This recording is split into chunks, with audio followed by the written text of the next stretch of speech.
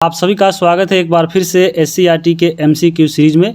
आज हम लोग MCQ सीरीज के अंदर आज ये चौथा क्लास होने वाला है, जिसके अंदर हम लोग कक्षा 6 की जो ज्योग्राफी की बुक आती है, जिसे हम लोग हमारी दुनिया के नाम से जानते हैं, तो इसको आज हम लोग जितने भी इस बुक में MCQ दिए गए हैं, चाहे वह वस्तुनिष्ठ प्रश्न हो, मिलान करने वाला हो या खाली स्थान हो, उन सबको आज हम लोग ख़त्म करेंगे। तो चलिए यहाँ पे शुरू करते हैं। इससे पहले जो है ऑलरेडी आपके कक्षा 6, 7 और 8 का जो हिस्ट्री का बुक है उसको हम लोग ख़त्म कर चुके हैं और आज से हम लोग ज्योग्राफी को शुरू कर रहे हैं। और ये कक्षा 6 की जब ज्योग्राफी देखिएगा तो उसमें आपको टोटल जो है 10 चैप्टर दिया गया है। तो इन 10 चैप्टर में जितने भी MCQ दिए गए हैं उन सबको चैप्टर वाइज चलिए ख़त्म करते हैं। तो पहला यहाँ पे आपको अध्याय दिख रहा होगा और वह अध्याय है हमारा सौरमंडल। तो हमारा सौरमंडल से जितने भी MCQ बने हैं चलिए उसको देखे हैं। यहाँ पे समझ लीजिए कि ये बहुत इंपॉर्टेंट है, क्योंकि आपका जो सिलेबस है SCERT है और आपके एग्जाम में हूबहू क्वेश्चन आपसे आ सकता है, तो यहाँ पे आप इसको इग्नोर नहीं कर सकते हैं। तो चलिए पहला यहाँ पे आपका क्वेश्चन है कि राशियों की कुल संख्या कितनी है। तो टोटल जो राशि है वो आपके 12 राशियाँ है, तो यहाँ पे इसका ऑप्शन नंबर ख हो जाएगा। अब ये राशि क्या होता है, तो यहाँ पे आपको जितने भी फैक्ट इस बुक का जो फैक्ट है कवर कराया जा चुका है, वहाँ पे आप जाकर जरूर देख लीजिएगा कि राशि किसे कहते हैं और क्या होता है। तो यहाँ पे केवल जानिए कि राशियों की संख्या कितनी होती है, तो आपको ये 12 होती है। जब हम बुक पढ़ रहे थे तो वहाँ पर आपको एक आपका ऑप्शन इसमें 27 वाला भी था। 27 क्या होता है, तो 27 आपका नक्षत्र होता है। तो यहाँ पे अगर पूछे नक्षत्र कितना होता है तो 27 होता है। यहाँ पे जब हम फैक्ट पढ़ा रहे थे तो वहाँ पे नक्षत्र के बारे में गलती हो गया था। वहाँ पे हम बताए थे कि जो नक्षत्र होता है वह 24 होता है, तो ये आपका गलत है। सही जो होगा इसका 27 होगा। तो आप अभी देख रहे हैं वह, तो आप यहाँ पे इसको सुधार कर लीजिएगा। ऐसे अगर हम बात करें तो वहाँ पे उस वीडियो में सुधार कराया जा चुका है, देखिएगा जाकर कमेंट में। और कमेंट बॉक्स में जो है आपको मैसेज पिन कर दिया गया है कि नक्षत्र की संख्या 24 नहीं 27 होगी। तो यहाँ पे ये आप याद रखिएगा। आगे हम देखेंगे 2 नंबर आपका सवाल है कि सूर्य की आकृति कैसी होती है। तो सूर्य क्या होता है, तो सूर्य गोल होता है, तो यहाँ पे इसका ऑप्शन नंबर क हो जाएगा। उसके बाद तीसरा नंबर सवाल है कि सौर परिवार का मुखिया कौन होता है। तो सौर परिवार का जो मुखिया होता है वह सूर्य होता है, तो यहाँ पे ऑप्शन नंबर ग होता है, क्योंकि यहाँ पे सूर्य के चारों ओर जितने भी ग्रह है वो आपको चक्कर लगाते हैं, इसलिए जो यहाँ पे सौर परिवार का मुखिया कहा जाता है वह ग्रह आपको जो सूर्य को बोला जाता है। तो यहाँ पे 3 का क्या हो जाएगा, तो ग नंबर इसका आंसर हो जाएगा। आगे देखेंगे चौथा नंबर सवाल। चौथा नंबर सवाल है कि ग्रहों की कुल संख्या कितनी है। तो टोटल जो ग्रह है वो आपको 8 ग्रह है, तो यहाँ पे इसके अनुसार ऑप्शन नंबर आपका क हो जाएगा। इससे पहले ग्रहों की संख्या पहले 9 थी। इसमें जो प्लूटो ग्रह था, प्लूटो को यहाँ से हटा दिया गया है। तो कब हटाया गया था, तो आपको 2009 में हटाया गया था।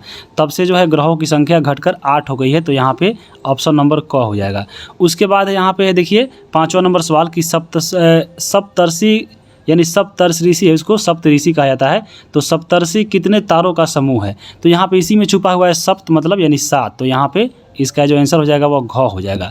जब आप पढ़िएगा आपको इसका जो फैक्ट है इस बुक का, तो वहाँ पे सप्तऋषि में कौन कौन सा 7 ग्रह आते हैं उसके बारे में बताया गया है, कौन कौन सा तारा आता है सप्तऋषि में और वहाँ पे कौन कौन से नाम है, तो उस सबको इंपॉर्टेंट है, आप फैक्ट जरूर देख लीजिएगा एग्जाम से पहले। तो यहाँ पे आपका 5 का क्या हो जाएगा, घ आंसर हो जाएगा। आइए हम चलते हैं अब मिलान करने के लिए। पहला यहाँ पे दिया गया है कि पृथ्वी एक नक्षत्र को खाली स्थान दिनों में पार करती है। तो यहाँ पे जितने भी जो नक्षत्र होते हैं उसको एक नक्षत्र को पार करने में जो पृथ्वी है वह आपको लगाती है 14 दिनों का समय। तो यहाँ पे आपके पहला नंबर में कितना आएगा, 14 नंबर यहाँ पे भरिएगा। उसके बाद देखिए विषुवत रेखा पर ध्रुव तारा दिखाई देता है। तो विषुवत रेखा से जब ध्रुव तारा देखिएगा तो आपको क्षैतिज दिखाई देता है, यानी आपको मान लीजिए जैसे पृथ्वी है तो आपका जो ध्रुव तारा रहता है आपको यहाँ पे रहता है, यानी आपके पूरा ऊपर केंद्र में आपके जो सबसे ऊपर है ये आपका ध्रुव मतलब ये ध्रुव पर होता है। जैसे आप अगर मान लीजिए विषुवत रेखा से कहीं देखिएगा तो आपको तो पृथ्वी तो ऐसे गोल है, तो यहाँ से जैसे आप देखिएगा तो आपको ये तिरछा दिखाई देगा यानी क्षितिज दिखाई देगा, तो इसलिए आपको यहाँ पे क्षितिज भराएगा। उसके बाद देखिए मंगल और खाली स्थान ग्रह के बीच में क्षुद्र ग्रह पाए जाते हैं। तो जब आप पढ़ रहे होंगे इसका कंसेप्ट तो वहाँ पे बताए थे कि आपका जो क्षुद्र ग्रह होता है वो आपको आंतरिक ग्रह और बाह्य ग्रह ये दोनों को बीच में आता है। तो आंतरिक ग्रह बताए थे आपको बस्पम, इसका ट्रिक भी बताए थे आपको बस्पम, फिर आपका इस बीच में क्षुद्र ग्रह और फिर आपका इधर बस्यन। तो बस्पम बस्यन अगर आपको याद होगा यानी आपको बुध शुक्र पृथ्वी मंगल, फिर मंगल के बाद यहाँ पे आते हैं क्षुद्र ग्रह, फिर उसके बाद बुध, उसके बाद यहाँ पे बुध हो गया, उसके बाद यहाँ पे आपके कौन आ जाएंगे तो शनि, उसके बाद यूरेनस और यहाँ पे आपके ये 9 है तो यहाँ पे आपको नेपच्यून आ जाएगा और बीच में आते हैं आपके क्षुद्र ग्रह। तो आपके एग्जाम में ऐसे भी क्वेश्चन पूछता है कि क्षुद्र ग्रह किन 2 ग्रहों के बीच में आते हैं। तो यहाँ पे देखिए आपका म से यहाँ पे देखिए आपका मंगल आ गया और ब से आपका यहाँ पे बृहस्पति हो जाएगा। तो आपसे पूछ रहा है कि मंगल और किस ग्रह के बीच में आपके क्षुद्र ग्रह आते हैं, तो वह आपके आते हैं बृहस्पति। तो यहाँ पे आप बृहस्पति भर लीजिए, तो आपका ये सही हो जाएगा। आगे हम बात करेंगे बृहस्पति के उपग्रह है। तो देखिए बृहस्पति की अगर हम बात करें, आपका जब बुक पढ़िएगा तो उसमें बहुत कम है। यहाँ पे बृहस्पति के वर्तमान जो है अभी सर्च किए हम नेट पे, तो आपको 52 बता रहा है या 92 बता रहा है। तो ये याद रखिएगा कि बृहस्पति के 92 उपग्रह है। उसके बाद हम बात करेंगे अगला कि सूर्य का प्रकाश पृथ्वी तक आने में पहुँचता है तो कितना समय लगता है, ये आपको बात हो रहा है। तो 8 मिनट 15 सेकेंड आपको लगता है। जब आप बुक पढ़िएगा तो टोटल आपको इसमें केवल 8 मिनट दिया है, ये आपका सेकेंड वाला नहीं दिया है। तो यहाँ पे आपके बुक के अनुसार जो है केवल यहाँ पे 8 मिनट भी यहाँ पे आप भर सकते हैं, क्योंकि आपके बुक में केवल 8 मिनट ही दिया गया है। लेकिन एक्यूरेट जो होता है 8 मिनट 15 सेकेंड होता है। अगर आपको एग्जाम में देता है 15 सेकेंड तो उसको लगाना है। आगे हम चलेंगे। अब अगला आपका यहाँ पे है, आपका ये 1 नंबर वाला क्वेश्चन नहीं है। जैसे यहाँ चलिए इसको भी कवर कर लेते हैं हम लोग। जैसे यहाँ पे है कि देखिए सूर्य से दूरी के अनुसार विभिन्न ग्रहों के नाम लिखिए। तो यहाँ पे मान लीजिए आपका यहाँ पे सूर्य है, आपका ये सन हो गया सूर्य, और सूर्य से जो है यहाँ पे विभिन्न ग्रहों का नाम लिखना है। तो जैसे सबसे पहले कौन आता है, तो बुध आता है। तो आपको बताए थे कि आंतरिक ग्रह का ट्रिक क्या होता है, आपके बसपम होता है, बसपम। उसके बाद देखिए बीच में आ गया क्षुद्र ग्रह, फिर उसके बाद लिख दीजिए बस्यन। तो ये आपका बस हो गया। जैसे देखिए बुध, शुक्र, पृथ्वी, मंगल। उसके बाद देखिए यहाँ पे बृहस्पति, शनि, यूरेनस और नेपच्यून। तो यहाँ पे इसका ग्रह को यहीं पे सजा देना है तो आपको याद रहेगा। आगे देखेंगे अगला यहाँ पे सवाल है कि 2 नंबर सवाल कि सूर्य से सबसे नज़दीक ग्रह का क्या नाम है। तो ये बताए हैं ये सूर्य था, और सबसे नज़दीक में आपका ट्रिक बताए थे बसपम, यानी ब से आपका बुध हो जाएगा। तो आपको सूर्य के सबसे निकट ग्रह का नाम क्या हो जाएगा, वो आपका बुध हो जाएगा। तो यहाँ पे बुध भर दीजिए। उसके बाद देखिए सौरमंडल का सबसे बड़ा ग्रह कौन है। तो सौरमंडल का जो सबसे बड़ा ग्रह है वो आपका बृहस्पति है। तो यहाँ पे आप बृहस्पति भर लीजिए, तो इसका आंसर बृहस्पति हो जाएगा। उसके बाद अगला यहाँ पे क्वेश्चन कि पृथ्वी के निकटवर्ती ग्रह कौन कौन है। तो देखिए पृथ्वी के निकटवर्ती ग्रह पूछ रहा है, यानी पृथ्वी के अगल और बगल में कौन ग्रह आता है। तो आपका ट्रिक बताए थे बसपम, बसपम। तो यहाँ पे देखिए आपका बीच में आ रहा है ये वाला पृथ्वी। तो ये पृथ्वी हो गया, और पृथ्वी के अगल बगल में कौन है, तो यहाँ पे देखिए एक शुक्र है और एक आपका मंगल है। तो यही पूछ रहा है कि पृथ्वी के निकटवर्ती कौन है, तो शुक्र है और मंगल है। और ये भी आपसे क्वेश्चन पूछे एक घुमाकर कि इन दोनों में सबसे निकट कौन है। तो इन दोनों में सबसे जो निकट है वो आपके आते हैं शुक्र। सबसे निकट कौन है, तो आपके शुक्र है। लेकिन यहाँ पे पूछा है कौन कौन है, तो यानी आपके शुक्र और मंगल है। लेकिन ये पूछे कि खास एक का नाम बताइए कि जो आपके पृथ्वी के सबसे निकट है, तो आपको शुक्र का है। और आपको मालूम होगा कि पृथ्वी जो, अगर हम बात करें शुक्र को, तो यह पृथ्वी की बहन कहा जाती है। यानी पृथ्वी की बहन किसको बोला जाता है, तो शुक्र को बोला जाता है। तो यहाँ पे पृथ्वी की जब बहन है शुक्र, तो यहाँ पे नज़दीक में तो रहेगा ही। क्या करता है, भाई बहन आपके पास में रहता है, नज़दीक में रहता है। तो आपको ऐसे भी याद रखना है, मंगल कन्फ्यूजन नहीं होना है। तो यहाँ पर आप शुक्र आंसर याद रखिएगा। आगे देखेंगे 5वां नंबर आपका सवाल है कि उस ग्रह का नाम बताइए जिनके चारों ओर छल्ले पाए जाते हैं। तो ये आपका ग्रह है शनि। शनि जो ग्रह होता है इसमें छल्ला पाया जाता है, और छल्लों की संख्या कितनी होती है, तो 7 छल्ला है। तो यहाँ पे ये भी याद रख सकते हैं। आगे देखेंगे सौरमंडल का कौन सा ग्रह आपको सबसे अलग और लगता है। तो यहाँ पे यही शनि लगता है, क्योंकि शनि जो होता है आपको सबसे अलग है, क्योंकि ये आपको जो इसमें वलय पाया जाता है और बाकी जो ग्रह है उसमें वलय नहीं पाया जाता है। तो ये आपका इसका भी आंसर 6 का जो है शनि हो जाएगा। उसके बाद 7वां नंबर सवाल है कि पृथ्वी के उपग्रह का नाम क्या है। तो सबको मालूम है पृथ्वी का एकमात्र उपग्रह है और वो आपका है चंद्रमा। तो यहाँ पे आप चंद्रमा भर लीजिए। उसके बाद है 8वां नंबर सवाल कि वे कौन से ग्रह है जो पृथ्वी के घूमने की विपरीत दिशा में घूमते हैं। तो देखिए जो पृथ्वी जो घूमता है वो आपको पश्चिम से पूर्व की ओर घूमता है। तो यहाँ पे अगर ये पृथ्वी पूछे तो ये आपका पश्चिम से पूर्व की ओर घूमता है। जबकि यहाँ पे अगर हम बात करें 2 ऐसे जो ग्रह है जो आपके पृथ्वी के घूमने के उल्टा दिशा में घूमते हैं, यानी आपका 2 ग्रह, वह कौन कौन है, तो आपका एक शुक्र है और एक आपका अरुण है। तो शुक्र और जो अरुण है, यानी आपका ये जो है आपका ये यूरेनस, और ये आपका क्या हो जाएगा, आपका ये आपका वेनस और ये आपका यूरेनस। तो ये दोनों जो आपका है वो आपके पृथ्वी के घूमने के दिशा से उल्टा घूमता है, और इसलिए यहाँ पे जो है सूर्योदय जो होता है आपको यहाँ पे पश्चिम में होता है, और जो सूर्यास्त होता है आपके पूरब में होता है। यानी पृथ्वी के मतलब जो यहाँ पे जो पृथ्वी का जो नियम है कि हाँ आपका पृथ्वी पर पूरब की ओर से सूर्य निकलता है, यहाँ पर उल्टा होता है। तो ये चीज़ यहाँ पर याद रखिएगा। कौन से 2 ग्रह है जो पृथ्वी के, कौन से ग्रह है जो आपके पृथ्वी के घूमने के विपरीत दिशा में, तो आपको यहाँ पर भर लीजिए शुक्र और अरुण, इसका आंसर हो जाएगा। आगे चलते हैं। अगला आपका है आकाश गंगा क्या है। तो आपके तारों का जो बहुत सारा समूह होता है उसको आकाश गंगा कहते हैं। अब आगे चलेंगे हम लोग। चौथा यहाँ पे सवाल है कि यहाँ पे देखिए मिलान करना है। तो सबसे पहले देखिए आपका पहला नंबर दिया है एक बुध। तो बुध जो ग्रह होता है बताए हैं कि आपको ये सबसे छोटा ग्रह होता है और ये सूर्य के सबसे निकटतम ग्रह भी होता है। तो यहाँ पे पहला का ग हो जाएगा। उसके बाद देखिए 2 नंबर आपका है पृथ्वी। तो पृथ्वी पढ़िए और आपका एक इधर पढ़िएगा। तो यहाँ पे देखिए पृथ्वी जो है यहाँ पे मिलाइएगा तो एक आपका मिल रहा होगा नीला ग्रह। तो पृथ्वी को ही हम लोग नीला ग्रह बोलते हैं। उसके बाद देखिए चंद्रमा है। चंद्रमा की बात करें तो चंद्रमा क्या है, ये आपका पृथ्वी का उपग्रह है। तो यहाँ पे देखिए ऑप्शन ख नंबर मिल रहा होगा पृथ्वी का उपग्रह। उसके बाद देखिए जो उल्का पिंड है, तो उल्का पिंड क्या होता है, आकाश के चक्कर लगाने वाले पत्थर के छोटे छोटे जो टुकड़े होते हैं उसी को बोलते हैं उल्का पिंड। तो यहाँ पे 4 का आपका अंग से मिला दीजिए। और यहाँ पे देखिए 5 नंबर आकाशगंगा है। ये लाखों तारों का समूह होता है। और ब्रह्मांड की बात करें तो ब्रह्मांड जो है वह लाखों आकाशगंगाओं का समूह होता है। तो यहाँ पे आपको 6 का क मिला देना है। तो सब मिला लिए। आगे चलते हैं अध्याय 2 पे। अध्याय 2 है पृथ्वी और उसकी गतियाँ। तो चलिए इसको कवर करते हैं। सबसे पहला यहाँ पे आपको सवाल दिख रहा होगा पहला नंबर कि समदिवा रात्रि होते हैं। तो समदिवा यानी आपको समान मतलब दिन का बताना है कि समान कौन ऐसा दिन है जो आपका दोनों समान होता है, यानी आपको चाहे वह उत्तरी गोलार्ध में हो दक्षिणी गोलार्ध में हो, दोनों आपको पूरा एग्जैक्ट जो होता है समान समय होता है इधर भी और उधर भी। तो यहाँ पे वह जो आता है दिन वह आता है 21 मार्च और 23 सितंबर, जो आपके ऑप्शन नंबर ग में दिख रहा होगा। तो यहाँ पे समदिवा रात्रि उसको बोलते हैं। तो ये आपका ऑप्शन नंबर यहाँ पे ग हो जाएगा। यानी 21 मार्च और 23 सितंबर को अगर हम बात करें तो दोनों दिन जो है आपका यहाँ पे दिन और रात बराबर होता है। तो इसलिए इसको समदिवा रात्रि बोलते हैं। उसके बाद अगला यहाँ पे 2 नंबर सवाल है कि सबसे बड़ा दिन होता है। तो सबसे बड़ा जो दिन होता है वो आपके होते हैं 21 जून को। तो यहाँ पे 2 का जो आंसर हो जाएगा वह क नंबर हो जाएगा। तो यहाँ पे याद रखिएगा, बहुत इंपॉर्टेंट है, 21 जून को सबसे बड़ा दिन होता है। उसके बाद देखिए अगला नंबर यहाँ पे 3 नंबर सवाल है कि पृथ्वी अपने अक्ष पे झुकी है। तो पृथ्वी अपने अक्ष पर कितने डिग्री झुकी है, तो 23.5 डिग्री झुकी है। तो यहाँ पे इसका ऑप्शन नंबर घ राइट आंसर हो जाएगा। आगे चलते हैं चौथा नंबर सवाल। चौथा नंबर सवाल है कि शीतोष्ण कटिबंध में होते हैं। तो शीतोष्ण कटिबंध में क्या होता है, तो शीतोष्ण में देखिए यहाँ पे जो अगर है तो शीत और उष्ण। तो यहाँ पे आपके ऑप्शन देखिए यहाँ पे मतलब शीत का क्या हुआ, यानी ठंडा भी रहता है। तो यहाँ नहीं आपको ठंडा ज़्यादा रहता है, गर्मी कम लगती है। तो यहाँ पे क्या होगा, ऑप्शन नंबर ख पढ़िए, गर्मी यहाँ पे आपको कम पड़ती है। तो यहाँ पे इसका आंसर नंबर ख हो जाएगा। अगला 5 नंबर सवाल है कि जहाँ सालों भर गर्मी पड़ती है वह क्षेत्र कहलाता है।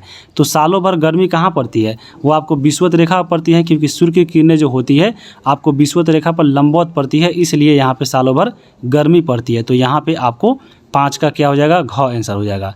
आगे चलेंगे, अगला आपका यहाँ पे 6ठा नंबर सवाल है। 6ठा नंबर आपका यहाँ पे सवाल है कि पृथ्वी आकार में चंद्रमा से। तो यहाँ पे आपको जो पृथ्वी है चंद्रमा से अगर हम आकार में देखें तो यह बहुत बड़ा है चंद्रमा से। तो यहाँ पे आपका ऑप्शन नंबर ख हो जाएगा, यानी जो पृथ्वी है आपको चंद्रमा से बड़ी होती है।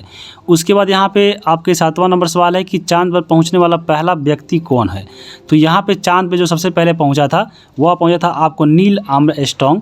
तो यहाँ पर आपको क्या हो जाएगा, ऑप्शन नंबर घ हो जाएगा। आगे देखेंगे हम लोग आगे। अब अगर यहाँ पर देखिए खाली स्थान भरना है। उसके बाद यहाँ पे 3 नंबर सवाल है कि विषुवतीय प्रदेश में सूर्य की किरणें सालों भर खाली स्थान पड़ती है। तो विषुवतीय जो प्रदेश होता है, आप जब पृथ्वी देखिएगा यानी ग्लोब, तो ग्लोब में जब देखिएगा तो आपको यहाँ पे ये पड़ता है विषुवतीय प्रदेश और यहाँ पे होता है सूर्य। तो सूर्य की किरणें जो होती है आपको विषुवतीय प्रदेश पे लंबवत पड़ती है, एकदम खड़ा। तो यहाँ पे आपको पढ़ दीजिए लंबवत। उसके बाद चलेंगे आगे। चौथा नंबर सवाल है कि पृथ्वी खाली स्थान से खाली स्थान की घूमती है, यानी इसका यहाँ पे दिशा बताया है। तो पृथ्वी कैसे घूमती है, पृथ्वी जो होती है वह पश्चिम से पूर्व की ओर घूमती है। तो यहाँ पे पश्चिम से आपका पूर्व हो जाएगा, ये दोनों जगह भर लीजिएगा। और अभी आपको ऊपर हम देखे हैं कि कौन से 2 ग्रह है जो आपके पृथ्वी के दिशा के विपरीत दिशा में घूमते हैं, तो वह शुक्र और अरुण हो जाएगा। आगे चलते हैं। आगे यहाँ पे अध्याय नंबर 3 है पृथ्वी और परिमंडल। तो चलिए यहाँ पे इसमें जितने भी MCQ दिए हैं हम लोग उसको कवर करते हैं। तो यहाँ पे आप देख रहे होंगे पहला सवाल आपका है कि जीवन पनपता है। तो जीवन जो पनपता है वो कहाँ पनपता है, तो वह पनपता है आपको जैवमंडल में। तो यहाँ पे पहला का जो आंसर हो जाएगा वह घ हो जाएगा। उसके बाद देखिए 2 नंबर सवाल है कि अंतरिक्ष में जाने वाले पहले भारतीय कौन थे। तो अंतरिक्ष में जाने वाले पहले यहाँ पे भारतीय की बात हो रहा है।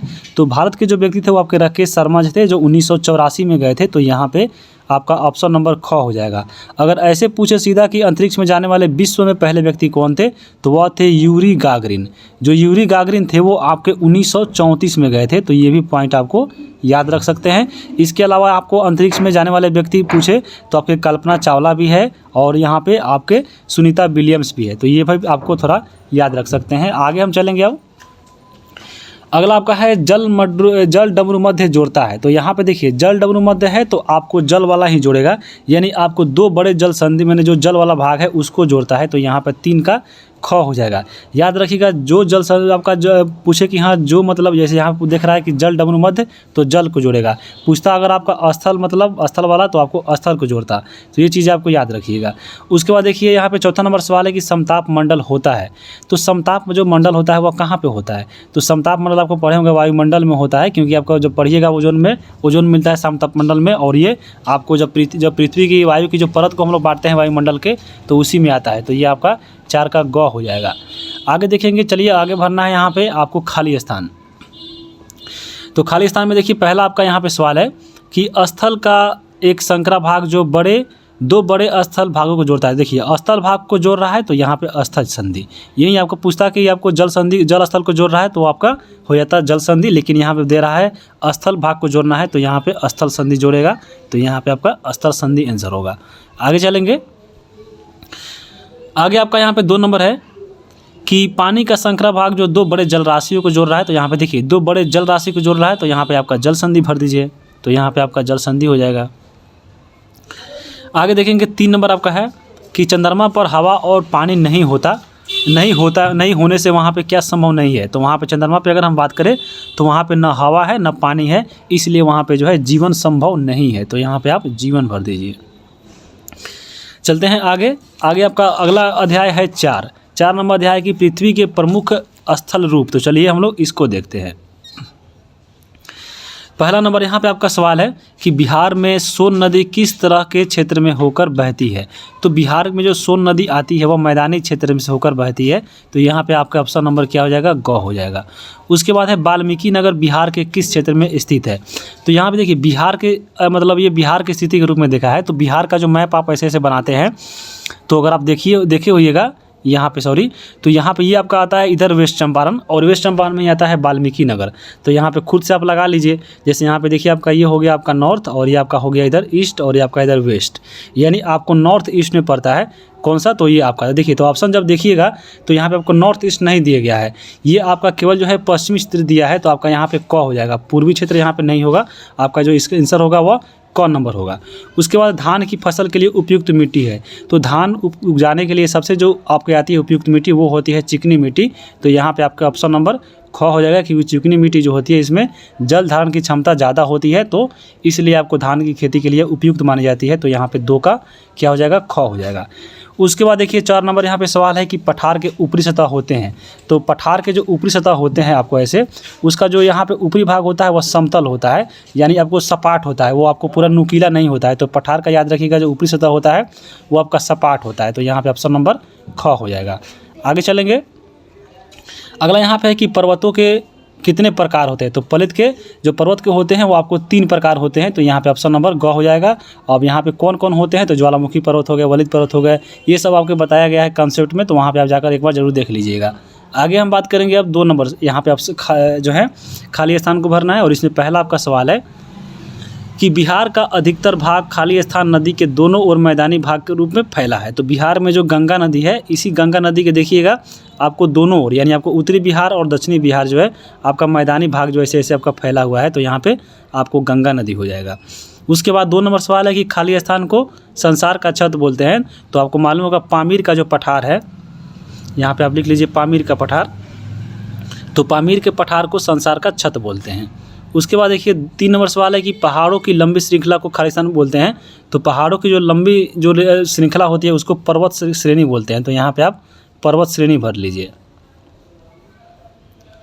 उसके बाद यहाँ पे देखिए अगला सवाल है 4 नंबर कि शिमला और कश्मीर देश के प्रमुख खाली स्थान पर्यटन स्थल के उदाहरण है। तो आपको यहाँ पे बात करें शिमला और कश्मीर का, तो यहाँ पे जो है क्या है आपको पर्वतीय पर्यटन स्थल है। तो यहाँ पे आप पर्वतीय भर दीजिए। उसके बाद है 5 नंबर सवाल कि प्राकृतिक वातावरण के बदलते स्वरूप का मुख्य कारण क्या है। तो यहाँ पे आपका कारण जो है जनसंख्या है। जनसंख्या के कारण ही आपको पृथ्वी का जो है यहाँ पे स्वरूप बदलता नजर आता है। तो यहाँ पे आप जनसंख्या भर दीजिए।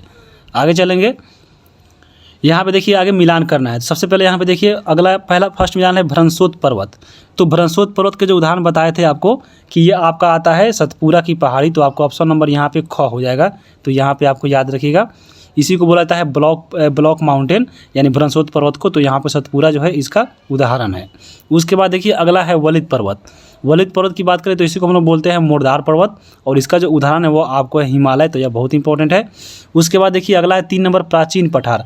तो सबसे जो प्राचीन पठार अगर हम बात करें माना जाता है तो वह दक्कन का माना जाता है। तो आपको यहाँ पे दक्कन लिख दीजिए। उसके बाद देखिए निक्षेपात्मक मैदान है। तो यहाँ पे हंगरी का जो मैदान है वो आपको निक्षेपात्मक मैदान माना जाता है। तो यहाँ पे इसका ग हो जाएगा। तो यहाँ पे आपको एग्जाम में बहुत इंपॉर्टेंट है, आपसे पूछ सकता है, तो याद रखिएगा। आगे चलेंगे हम लोग। आगे यहाँ पे देखिए आपको ये तो सब्जेक्टिव क्वेश्चन है, इसको छोड़ते हैं। आगे चलते हैं अध्याय 5। अध्याय 5 में देखिए आपका चैप्टर है दिशाएं। तो दिशाएं से संबंधित जितने भी इंपॉर्टेंट फैक्ट है चलिए उसको देखते हैं। पहला नंबर यहाँ पे आपका क्वेश्चन है कि प्रमुख दिशाएं कितने होती है। तो प्रमुख रूप से अगर हम बात करें तो 4 दिशा होती है। कौन कौन सी होती है? तो उत्तर, दक्षिण, पूरब, पश्चिम। तो यहाँ पे आपका आंसर क्या हो जाएगा? वो आपको 1 नंबर हो जाएगा। आगे देखेंगे अगला आपका यहाँ पे सवाल हम तो आगे आपका देखेंगे कि अब 2 नंबर सवाल है कि कुल दिशाओं की संख्या कितनी होती है। तो अगर कुल दिशा पूछे तो आपको 10 होती है। अब 10 कौन कौन होती है? तो इसके लिए आपको फैक्ट वाला वीडियो देख लीजिएगा, उसमें पूरा डिटेल से इसको बताया गया था कि कुल दिशा कैसे 10 होती है। उसके बाद देखिए अगला नंबर आपका यहाँ पे सवाल है कि बंगाल की खाड़ी भारत के किस राज्य में है। तो बंगाल की खाड़ी जो है किस दिशा में पूछ रहा है? भारत के दिशा में। तो यहाँ पे आपको भारत का ऐसे मैप बना लीजिए आपका रफली, और बंगाल की जो खाड़ी है वो कहाँ है? तो आपको इस तरफ है। तो यहाँ पे कौन सी दिशा में, यहाँ पे आप देख लीजिए, ऐसे बीच में ऐसे कर दीजिए। तो यहाँ पे नीचे आपका साउथ आता है और इधर आपका ईस्ट आता है, यानी आपको दक्षिण पूर्व में है। तो यहाँ पे दक्षिण पूर्व कहाँ पे आंसर है देख लीजिए, आपका घ नंबर दक्षिण पूर्व है। तो याद रखिएगा बंगाल की खाड़ी भारत के दक्षिण पूर्व दिशा में है। 2 नंबर है कि खालिस्तान को यहाँ पे भरना है। तो हिमालय पर्वत भारत के खालिस्तान दिशा में है। तो हिमालय पर्वत देखिएगा आपको भारत के मैप पे, तो आपको ऐसे भारत जो है आपको ऐसे, तो हिमालय पर्वत आपको जो है कश्मीर के ऊपर आता है, यानी आपको ये उत्तर दिशा में। तो यहाँ पे आप उत्तर भर दीजिए। उसके बाद देखिए उत्तर तथा पूरब के बीच में होती है, कौन सी दिशा होती है? तो यहाँ पे आप लिख लीजिए उत्तर और पूरब के बारे में पूछ रहा है। तो आपका इधर हो गया उत्तर और इधर आपका हो गया पूरब, इस साइड में। तो उत्तर और पूर्व के बीच में पूछ रहा है, तो ये वाला आपका हो जाएगा, यानी क्या हो जाएगा? नॉर्थ ईस्ट हो जाएगा, यानी आपके उत्तर पूर्व हो जाएगा। तो यहाँ पे क्या हो जाएगा? आपके उत्तर पूर्व भर लीजिए। तो ये भी आपका हो जाएगा। उसके बाद है 3 नंबर सवाल कि अरब सागर बंगाल की खाड़ी से किस दिशा में है। तो यहाँ पे फिर मैप बनाना पड़ेगा और ऐसे कीजिएगा। तो यहाँ पे आपका बंगाल की खाड़ी है और इधर आपके अरब सागर है। तो देखिए अरब सागर जो है बंगाल की खाड़ी की किस दिशा में है? तो बंगाल की खाड़ी के आपको कैसे, आप बंगाल की खाड़ी के मतलब ये वेस्ट में है। तो यहाँ पे वेस्ट भर दीजिए, यानी पश्चिम में है। तो यहाँ पे आप पश्चिम भर लीजिए, तो आपको पश्चिम हो जाएगा। तो ये आपका हो गया। आगे चलते हैं हम लोग। अब आगे देखेंगे अध्याय 6। तो अध्याय 6 यहाँ पे है पृथ्वी और ग्लोब। तो चलिए यहाँ पे इसके अंदर जितने भी क्वेश्चन है उसको देखते हैं।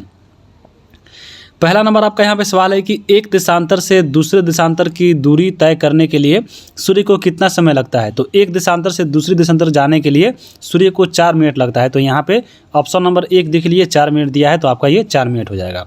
उसके बाद देखेंगे अगला यहाँ पे सवाल 2 नंबर आपका यहाँ पे सवाल दिख रहा होगा कि सबसे अधिक गर्मी कहाँ पड़ती है। तो सबसे अधिक जो यहाँ पे गर्मी पड़ती है वो पड़ती है आपके उष्ण कटिबंध वाले इलाके में। तो यहाँ पे आपके ऑप्शन नंबर ग हो जाएगा, क्योंकि उष्ण जो कटिबंध है वो आपको विषुवतरेखीय प्रदेशों में आते हैं। तो यहाँ पे आपका ग नंबर इसका आंसर हो जाएगा। उसके बाद यहाँ पे देखिए 3 नंबर सवाल है कि कर्क रेखा है। तो कर्क रेखा क्या है? वो आपको 23.5 डिग्री जो रेखा होती है कर्क रेखा कहलाती है, और वो भी आपको उत्तरी अक्षांश में जो होता है। तो यहाँ पे ख नंबर दिया गया है कि 23.5 डिग्री उत्तरी जो अक्षांश रेखा होती है उसी को बोलते हैं कर्क रेखा। यानी आपको बीच जो बनाइए ग्लोब दिख रहा होगा, तो ये आपका विषुवत रेखा है, और ये उत्तर वाली जो होती है यहाँ पे 23.5 डिग्री रेखा ये कहलाती है 23.5 डिग्री उत्तरी अक्षांश, और इसी को बोलते हैं हम लोग कर्क रेखा। तो यहाँ पे ये कर्क का पूछा है, तो आपको ऑप्शन नंबर यहाँ पे ख हो जाएगा। आगे देखेंगे अगला नंबर यहाँ पे है 4 नंबर सवाल की अंतर्राष्ट्रीय तिथि रेखा से पूर्व जाने पे। तो यहाँ पे जो अंतर्राष्ट्रीय तिथि रेखा जो पूर्व अगर जाते हैं तो वहाँ पे क्या होता है, आपका तिथि में जो है 1 बढ़ जाता है। तो यहाँ पे जैसे देखिए आपका ऐसे ग्लोब होता है, तो यहाँ पे मान लीजिए अगर कोई यहाँ पे ऐसे अगर हम मान लीजिए ग्लोब में ऐसे है, आपको पूरा उतारने पे ऐसे मैप उतारिएगा। तो यहाँ पे अंतर्राष्ट्रीय मान लीजिए अंतर्राष्ट्रीय तिथि रेखा है, तो यहाँ से अगर आप ईस्ट की तरफ जा रहे हैं तो यहाँ पे आपको 1 बढ़ जाएगा। तो आपको ऐसे याद रखिएगा कि आपको अंतर्राष्ट्रीय तिथि रेखा से पूरब से पश्चिम जाने पर 1 तिथि बढ़ता है, और वहीं आप अगर इधर आ रहे हैं पूरब की ओर तो वहाँ पर आपका माइनस में यानी घटता है। तो यही पूछा है, यहाँ पे आपको सुधार कर लीजिएगा। जब हम वीडियो बना रहे थे तो वहाँ पे आपको उल्टा हो गया था, यानी गलती हो गया था, और आपके बुक में भी गलती दिया हुआ है। ये भी आपको पॉइंट याद रखिएगा, आपके बुक में जो है गलती दिया गया है कि वहाँ पे बुक में दिया गया है कि अंतर्राष्ट्रीय तिथि रेखा से पूरब जाने पे जो है वहाँ पे एक तिथि घटता है, तो जो कि आप गलत है। याद रखिए कि अंतर्राष्ट्रीय तिथि रेखा से अगर आप पूरब की ओर जा रहे हैं तो वहाँ पे आपको एक तिथि बढ़ जाती है। तो यहाँ पे ऑप्शन नंबर ग हो जाएगा, न कि ख हो जाएगा। जब इसके कंसेप्ट पढ़ रहे थे तो हम लोग वहाँ पे ख बताए थे, तो यहाँ पे इसका सुधार अभी हो जा रहा है। आपको ऐसे कमेंट बॉक्स में भी कर दिया गया है इसका सुधार, लेकिन यहाँ पे आंसर इसका ग हो जाएगा। आपके बुक में भी ये पॉइंट गलत दिया गया है, तो आपको याद रखना है। आगे चलेंगे, यहाँ पे देखिए 2 नंबर सवाल है कि 23.5 डिग्री दक्षिणी अक्षांश रेखा को बोलते हैं। तो यहाँ पे देखिए अभी हम पढ़े हैं 23.5 डिग्री जो उत्तरी अक्षांश था उसको हम लोग बोलते हैं मकर रेखा। उसी प्रकार से यहाँ पे जो विषुवत रेखा 0 डिग्री हो गया और ये आपका हो गया 23.5 डिग्री दक्षिणी, तो इसको बोलते हैं मकर रेखा। तो यहाँ पे आप मकर भर दीजिए।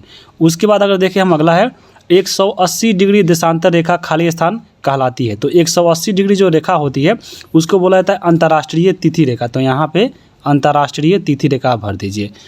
तो ये आपका हो गया। उसके बाद देखिए 3 नंबर आपका सवाल है कि पृथ्वी पर कुल खाली स्थान ताप कटिबंध है। तो पृथ्वी पर कितने ताप कटिबंध है? वो आपका 3 ताप कटिबंध है। तो यहाँ पे जब कंसेप्ट पढ़ाए थे तो वहाँ पे इसका बताया गया है, तो आप वहाँ पे जरूर देख लीजिएगा। 4 नंबर आपका सवाल है कि पृथ्वी पर कुल खाली स्थान देशांतर रेखा खींची जाती है। तो कुल देशांतर रेखा कितना है? तो आपको 360 है। तो यहाँ पे ये भी याद रखिएगा, देशांतर रेखा की बात करें कौन होती है, तो आपके ग्लोब पे उत्तरी ध्रुव से दक्षिणी को मिलाने वाली जो होती है देशांतर रेखा कहलाती है। तो इसी की संख्या कितना है? तो 360 है। जबकि अक्षांश जो रेखा होती है उसको मिलाने वाली रेखा कितनी है? तो वो आपको रेखा है 181। तो ये भी आपको याद रखिएगा। अगला यहाँ पे 5 नंबर सवाल है कि खाली स्थान रेखाओं की मदद से समय का ज्ञान होता है। तो देशांतर रेखा के माध्यम से जो है हम लोग समय को निकालते हैं। तो यहाँ पे देशांतर रेखा हो जाएगा। और अक्षांश रेखा से क्या निकालते हैं ये आपको कमेंट करके बताना है, क्योंकि जब इसका कंसेप्ट बता रहे थे तो वहाँ पे हम बता चुके हैं। आगे चलेंगे हम लोग अब। अगला यहाँ पे 7 नंबर चैप्टर है मानचित्र अध्ययन। तो चलिए मानचित्र अध्ययन से जितने भी आपके बुक में जो दिया गया है क्वेश्चन, चलिए उसको ख़त्म करते हैं। तो यहाँ पे अगर हम बात करें तो पहला आपका यहाँ पे सवाल दिख रहा होगा, ये आपका थोड़ा कंसेप्ट इसमें जो है आपको ऐड किया गया है जब क्योंकि इंपॉर्टेंट है। तो चलिए इसको भी देख लेते हैं। आपसे क्वेश्चन पूछता है आपको बहुत सारा क्वेश्चन कि मैप जो होता है, मैप पे जो जलाशय दिखाया जाता है वह किस कलर से दिखाया जाता है? तो वह नीला कलर से दिखाया जाता है। अगर पूछे कि जो मैप होता है, मैप में पर्वत जो होता है वह किस कलर से दिखाया जाता है? तो वह भूरा रंग से दिखाते हैं। तो आपको ये भी याद रखिएगा। पठार की बात करें तो पिठार को दिखाने के लिए पीला रंग और मैदान को दिखाने के लिए हरा रंग का प्रयोग होता है। ये सभी जो प्रयोग होता है आपको मैप में प्रयोग होता है। तो ये बहुत इंपॉर्टेंट है। अब चलिए यहाँ पे इसके अभ्यास को देखते हैं। पहला नंबर यहाँ पे क्वेश्चन है कि ज़मीन के बड़े भूभाग को कागज़ पर दिखाने के लिए प्रयोग करते हैं। तो मान लीजिए किसी बड़ा ज़मीन है, अगर उसको छोटा के रूप में दिखाना है छोटा करके, तो हम कैसे करेंगे? छोटे मापक का प्रयोग करते हैं और छोटे चीज़ों पर, यानी आपको किताब पे या मैप पे यानी किसी बुक पर या कोई कॉपी पर जाकर उसको उतार कर दिखाते हैं। तो छोटे मापकों का प्रयोग किया जाता है। आगे हम बात करेंगे 2 नंबर सवाल है कि जिस मानचित्र में पर्वत, पठार इत्यादि दिखाई देते हैं वो कौन कहलाते हैं? तो जिन पर्वत में आपको यहाँ पे पर्वत, पठार और मैदान दिखाई दे वो कहलाते हैं भौतिक मानचित्र। तो यहाँ पे ऑप्शन नंबर ख हो जाएगा। उसी के साथ आपको अगला यहाँ पे है कि मानचित्र में मैदान को दिखाते हैं। तो वही बताएं मानचित्र में मैदान को किस कलर से दिखाते हैं? तो हरा भरा मैदान होता है, यानी ग्रीन कलर का। तो आपका यहाँ पे हरा हो जाएगा। उसके बाद अगला देखिए कि मानचित्र में दक्षिण की दिशा होती है। तो किस दिशा में होती है? देखिए मानचित्र की बात करें तो आपको ये मान लीजिए मानचित्र है और यहाँ पे बोल रहा है कि दक्षिण की दिशा होती है। तो दक्षिण की दिशा कैसे होती है? नीचे होती है। तो यहाँ पे नीचे की ओर इसका दक्षिण दिशा हो जाएगा। तो आपको क्या हो जाएगा? ऑप्शन नंबर घ हो जाएगा। आगे चलते हैं। अगला नंबर यहाँ पे सवाल है 5 नंबर की मानचित्र निर्माण में ध्यान रखना चाहिए। तो मानचित्र बनाने के लिए कौन कौन से 3 चीज़ों को ध्यान रखा जाता है? तो संकेतों का, दिशाओं का और मापक का। तो ये 3 चीज़ अगर आपको मालूम है तो आप मैप का बना सकते हैं। तो ये आपका ऑप्शन नंबर यहाँ पे घ हो जाएगा। आगे चलते हैं। अगला आपका यहाँ पे सवाल है हमारा राज्य बिहार। और चलिए हमारा राज्य बिहार में चलिए इसको क्वेश्चन को हम लोग कवर करते हैं। तो पहला यहाँ पे आपका सवाल है कि रबी फसलों के लिए मशहूर ताल किस क्षेत्र में अवस्थित है? तो बिहार में जो रबी फसल उगाई जाती है वो वाला कौन सा एरिया यहाँ पे फेमस है? तो आपको जो पटना से पूरब वाला इलाका है वहाँ पे फेमस है, क्योंकि पटना से जो पूरब है वहाँ पे गंगा नदी के द्वारा बहुत सारा जलोढ़ मिर्च लाते हैं। तो यहाँ पे रबी फसल की उगाई अच्छी होती है। तो यहाँ पे आपको याद रखिएगा ऑप्शन नंबर 1 का ख हो जाएगा। पटना से जो पूरब वाला जगह है वहाँ पे रबी फसल के लिए मशहूर ताल क्षेत्र है। उसके बाद है 2 नंबर सवाल की सोमेश्वर की पहाड़ी है। तो सोमेश्वर की जो पहाड़ी है कहाँ पाया जाता है? तो वो तराई क्षेत्र में पाते हैं। तो यहाँ पे 2 का क हो जाएगा। आगे चलेंगे, अगला आपका यहाँ पे 3 नंबर सवाल है कि सरायसा क्षेत्र से संबंधित है। तो सरायसा जो क्षेत्र है किस लिए फेमस है? आपको मालूम होगा सरायसा खैनी आता है, और सरायसा के लिए खैनी का जो प्रसिद्ध इलाका है वो आपको कौन कहा जाता है? तो वैशाली, समस्तीपुर और मुजफ्फरपुर, ये जो 3 है आपको सरायसा क्षेत्र के अंदर आते हैं। तो बहुत इंपॉर्टेंट है, कौन कौन सा? तो आपको वैशाली, समस्तीपुर और मुजफ्फरपुर। तो यहाँ पे ऑप्शन नंबर ग हो जाएगा। उसके बाद है 4 नंबर सवाल कि गन्ना उत्पादक जिला में बिहार कौन है? तो यहाँ पे गन्ना जो उत्पादन होता है आपको चंपारण में होता है। जैसे यहाँ पे देखिए गोपालगंज, बेतिया और मोतिहारी, ये जो है आपको गन्ना यहाँ पे ज़्यादा उत्पादन होता है। तो आपको घ यहाँ से भी ला सकते हैं। आगे देखेंगे, अब आगे आपका यहाँ पे 2 नंबर आपको खाली स्थान भरना है। तो चलिए यहाँ पे हम लोग खाली स्थान को भरते हैं। पहला नंबर यहाँ पे सवाल है कि बिहार के खाली स्थान भाग पर वन विस्तार है। तो बिहार के कितने भाग पर जो है वन विस्तृत है? तो आपके 6.4%, यानी आपको 6.4% भूभाग पर जो है वन यहाँ पे विस्तार पाया गया है। बिहार में कुल खाली स्थान जिले हैं। तो बिहार में कितने जिले हैं? तो बिहार में आपको 38 जिला है। तो यहाँ पे आप 38 जिला हो जाएगा। पूछ रहा है अगला कि कांवर झील खाली स्थान जिला में है। तो कांवर झील किस जिले में है? तो बेगूसराय में आपको पड़ता है कांवर झील। तो यहाँ पे बेगूसराय भर दीजिए। उसके बाद है कि भीम बांध अभ्यारण्य खाली स्थान की पहाड़ियों में है। तो भीम बांध कौन से पहाड़ी में है? तो आपको खड़गपुर पहाड़ी में। जब बुक पढ़िएगा तो आपको सीधा मिलेगा एक लाइन में, खड़गपुर पहाड़ी में पाया जाता है। तो आपको 4 का यहाँ पे खड़गपुर पहाड़ी भर लीजिए। आगे हम देखेंगे आपका अध्याय अगर आगे है कि यहाँ पे ये चैप्टर है बिहार दर्शन करके है। आपके बुक में लास्ट में दिया गया है बिहार दर्शन करके 2 चैप्टर। तो ये आपका बिहार का दर्शन पहला नंबर है। तो चलिए आपको इसमें देखते हैं, क्योंकि बिहार से इसमें पॉइंट दिया गया है और आपके बीपीएससी एग्जाम दे रहा है तो बिहार से क्वेश्चन पूछेगा। पहला नंबर यहाँ पे सवाल है कि गौतम बुद्ध को ज्ञान की प्राप्ति हुई थी। तो गौतम बुद्ध को ज्ञान की प्राप्ति कहाँ हुई थी? तो बोध गया में हुआ था। तो यहाँ पे ऑप्शन नंबर क्या हो जाएगा? 1 हो जाएगा। 2 नंबर सवाल है कि गया में अवस्थित विष्णुपद मंदिर किसने बनवाया था? तो विष्णुपद जो मंदिर बनवाया है गया में वो आपको रानी अहिल्याबाई के द्वारा बनाया गया है। तो 2 का क इसका आंसर हो जाएगा। आगे देखेंगे 3 नंबर है कि बिहार में गर्म जलकुंड कहाँ अवस्थित है? तो बिहार में जो गर्म जलकुंड है वो मिलता है राजगीर में। तो यहाँ पे 3 का ख हो जाएगा। उसके बाद है ककुलत प्रसिद्ध है। तो ककुलत किस लिए प्रसिद्ध है? तो ककुलत जो है ठंडे जल के लिए प्रसिद्ध है। तो यहाँ पे आपका 4 का क हो जाएगा। आगे देखेंगे, अगला नंबर है यहाँ पे 5 नंबर की जरासंध का अखाड़ा कहाँ स्थित है? तो जरासंध का जो अखाड़ा है वो राजगीर, यहाँ पे आपको राजगीर में पड़ता है। तो यहाँ पे आपका 4 का क्या हो जाएगा? और 4 का क इसका राइट आंसर हो जाएगा। आगे चलेंगे, अब यहाँ पे भरना है खाली स्थान। और इसमें पहला जो सवाल है कि पितृपक्ष का मेला खाली स्थान पक्ष में लगता है। तो पितृपक्ष का जो मेला होता है वह कृष्ण पक्ष में लगता है। तो यहाँ पे आप कृष्ण भर लीजिए। अब आगे देखेंगे, महाबोधि मंदिर के निकट खाली स्थान सरोवर है। तो यहाँ पे महाबोधि मंदिर के जो निकट है एक सरोवर जिसका नाम है मुचलिंद। तो यहाँ पे आप मुचलिंद भर लीजिए। ये सभी के सभी बहुत इंपॉर्टेंट है, क्योंकि यहाँ पे आपका सिलेबस में दिया गया है। तो क्वेश्चन यहाँ से आने का ज़्यादा चांस है, तो याद रखिएगा। अगला नंबर यहाँ पे 3 नंबर सवाल है कि पावापुरी में खाली स्थान मंदिर है। तो पावापुरी में कौन मंदिर है? तो पावापुरी में आपके जल मंदिर है। तो यहाँ पे आप जल मंदिर भर लीजिए। और पावापुरी वही नंबर आपका जगह है जहाँ पे आपको महावीर स्वामी को निर्वाण की प्राप्ति हुई थी। चौथा नंबर यहाँ पे है कि देखिए महावीर ने खाली स्थान में, तो आ ही गया क्वेश्चन। यहाँ पे महावीर ने खाली स्थान में महापरिवार की जो यहाँ पे यानी उनकी मृत्यु हुई थी तो आपको पावापुरी में हुई थी, जहाँ पे जल मंदिर है। तो आपको यहाँ पे पावापुरी भर लीजिए। उसके बाद देखिए नालंदा विश्वविद्यालय खाली स्थान का अंतर्राष्ट्रीय जो है केंद्र है। तो नालंदा जो विश्वविद्यालय है वो आपको ज्ञान विज्ञान का अंतर्राष्ट्रीय केंद्र है। तो यहाँ था होगा, तो यहाँ पे ज्ञान विज्ञान भर लीजिए। आगे चलेंगे, अगला यहाँ पे देखिए मिलान करने के लिए दिया गया है। अभी बताया है मुचलिंद सरोवर के बारे में जो आपके बोधगया के निकट है। तो आपको बोधगया हो जाएगा। रानी अहिल्याबाई के द्वारा बात करें तो रानी अहिल्याबाई ने बहुत इंपॉर्टेंट आपको विष्णु मंदिर बनवाई थी। तो यहाँ ये भी है। शांति स्तूप की बात करें तो राजगीर की पहाड़ी है।